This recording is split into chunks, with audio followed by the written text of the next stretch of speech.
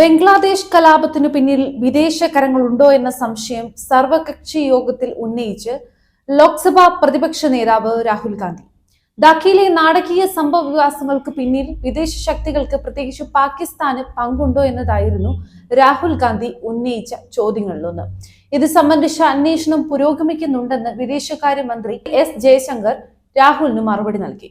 ബംഗ്ലാദേശിൽ കലാപം രൂക്ഷമാകുന്നത് പ്രതിഫലിക്കുന്ന തരത്തിൽ ഒരു പാകിസ്ഥാൻ നയതന്ത്ര ഉദ്യോഗസ്ഥൻ തുടരെ സമൂഹ മാധ്യമങ്ങളിലെ മുഖചിത്രം മാറ്റിക്കൊണ്ടിരുന്നത് ശ്രദ്ധയിൽപ്പെട്ടതായും ഇക്കാര്യം അന്വേഷിക്കുന്നതായും സർക്കാർ വൃത്തങ്ങൾ യോഗത്തെ അറിയിച്ചതായും റിപ്പോർട്ടുണ്ട്.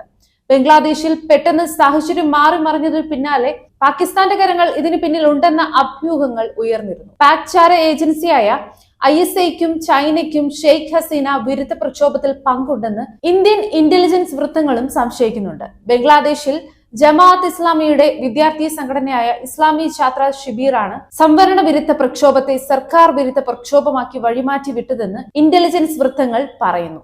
ഇന്ത്യ അനുകൂല നിലപാട് സ്വീകരിച്ചിരുന്ന ഷെയ്ഖ് ഹസീനയെ പുറത്താക്കി പാക് ചൈന ചായ്വ് പുലർത്തുന്ന ഭരണകൂടത്തെ പ്രതിഷ്ഠിക്കാനാണ് ഇതെന്നാണ് വിലയിരുത്തൽ.